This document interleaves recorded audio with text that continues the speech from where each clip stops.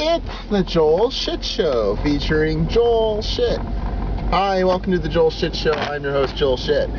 So, this morning, I opened my door, and I said, oh, no newspaper. Well, that's nice. I'm going to the gym anyway. And I walk outside, and I look, and it's our paper guy. And he's standing below our balcony, and kind of like Romeo and Juliet, right? And he kind of gets my attention because he always throws the paper up, which is fine. I mean, he doesn't want to go up the stairs to drop off the paper. You know, that's his lack of physical fitness, not mine. And so he tosses it to me, and I totally short arm it. Now I was going to make a Ricky Dudley joke, but Ricky Dudley jokes are kind of old.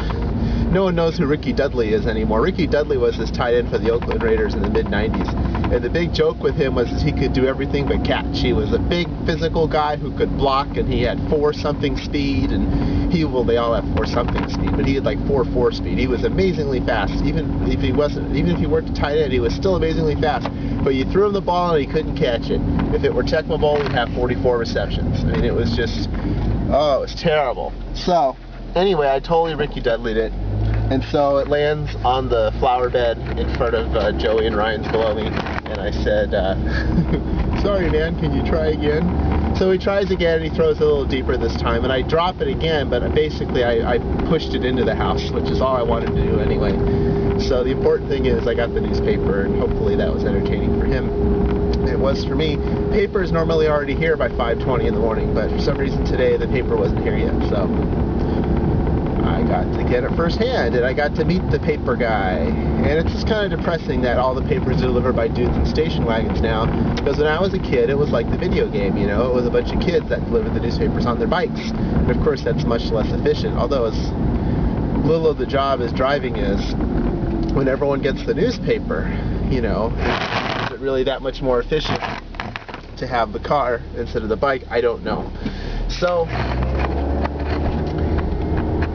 when I was a kid, our paperboy was one of the Mormon kids. Not Travis the Mormon, inspiration for the Joel Shit Show featuring Joel Shit, but apparently someone who was his cousin, so he said anyway, Michael Klingler, who would deliver our paper. And then you'd come by our house to pick up the money, because that's what paperboys did in the evening. In the morning, they delivered the paper, and then they went to school. And then after school, then they would come to your house and pick up the money. I mean, obviously not every day, but once a month.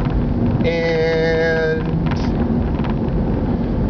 so he'd come by, and sometimes he'd look inside and go, oh, hi, Joel. Because when Michael Klingler first moved to the area, he was a friend of mine.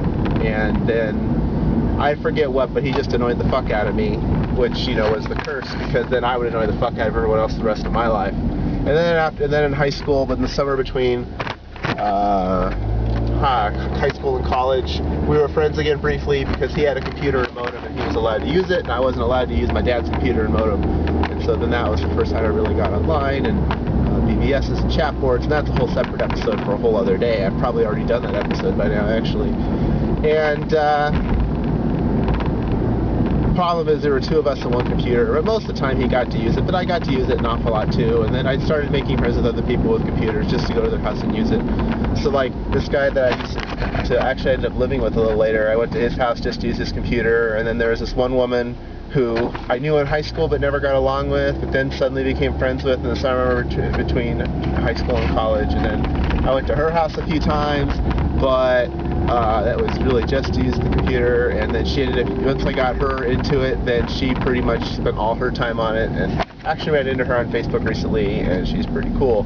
I will not name drop her though, because I don't know if that's a very good idea. But man, she looks great now.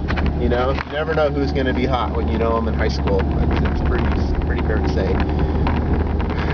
But anyway, so Michael Klingler's dad worked for IBM, just like my dad, and so this joke would have been funnier in context. Now it's not really funny. And then I was going to say, and so, you know, after the experience with him, I said, man, I'm never going to even go out with a woman who works for IBM after this. This is just terrible. And of course, you know, that's funny because my girlfriend works for IBM. But I totally botched that joke. I mean, it's all about comedic timing.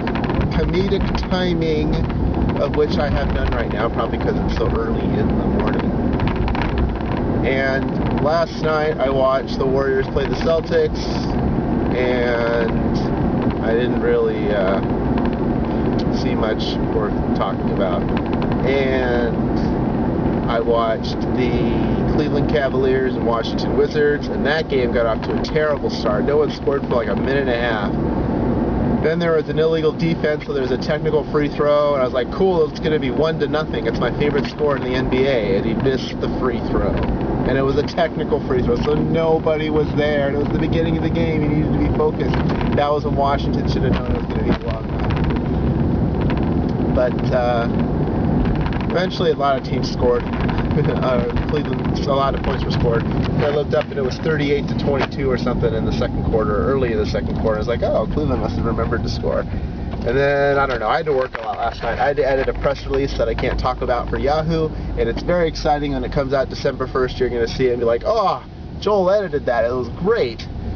But that's all the time we have for today. Visit us on the web at joelshitshow.com. Email joel@joelshitshow.com.